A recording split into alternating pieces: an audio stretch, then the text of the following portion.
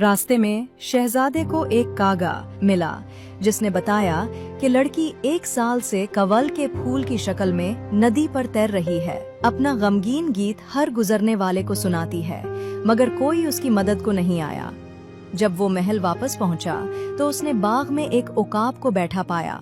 उकाब ने उसे बताया कि फेनलैंड का एक जादूगर पैगाम भेज चुका है कि लड़की पर पड़ी बददुआ को खत्म करने का एक तरीका है, मगर इसके लिए शहजादे को एक सख्त आजमाइश से गुजरना होगा और खुद को एक कीकरा बनाना पड़ेगा। शहजादे ने बगैर झिझक के इस शर्त को कबूल कर लिया। जादूगर की हिदायत पर अमल करते हुए शहजादा नदी के किनारे पहुंचा और खुद को एक सुर्ख कीकड़े में बदल लिया। शहजादा कीकड़े की शक्ल में कीचड़ से रेंगता हुआ नदी में बेखौफ कूद गया। पानी के अंदर उसने एहतियात से कवल के फूल की जड़ों को कीचड़ और घास फूस से आजाद किया। फिर अपने पंजों से उन्हें मजबूती से पकड़ा और सतह आब पर ले आया। नदी का तेज बहाव उन्हें बहाकर किनारे के करीब एक बड़े पत्थर तक ले गया। वहां शहजादे ने बुलंद आवाज में कहा, कीकड़े से इंसान, कवल से दोशीज़ा।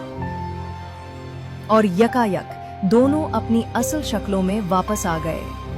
लड़की अब पहले से भी ज्यादा खूबसूरत लग रही थी। वो जर्द रंग के हल्के जगमगाते लिबास में मलबूस थी। शहजादा उसे अपने महल ले आया, जहां उन दोनों की शादी बड़ी धूमधाम से हुई। कुछ अरसा बाद जब शहजादा और उसकी दुल्हन महल के बाग में बैठे थे, एक कौवा आकर बोला, नाशुक्रे लोगो, क्या तुम भूल गए हो उन बहनों को जिन्होंने मुश्किल वक्त में तुम्हारी मदद की? क्या वो हमेशा के लिए सोना काटती रहेंगी? शहजादा को अपनी भूली हुई कसम याद आ गई और शर्मिंदा हो गया। उसने फौरन वहां जाने का इरादा किया। खुशकिस्मती से वो उस वक्त झोंपड़ी पर पहुंचा जब बूढ़ी औरत कहीं गई हुई थी। बहनों को ख्वाब में पहले ही मालूम हो चुका था कि शहजादा आएगा, इसलिए वो तैयार बैठी थीं। लेकिन जाने से पहले उन्होंने जहर मिला केक तैयार किया और उसे मेज पर रख दिया ताकि बूढ़ी औरत के वापस आने पर वो उसे खा ले। जब चड़ैल वापस आई और उसने केक देखा तो लालच में आकर फौरन खा लिया और फौरन ही मर गई। शहजादा दोनों बहनों को अपने महल ले आया, जहां उनकी छोटी बहन से खुशी खुशी मुलाकात हुई।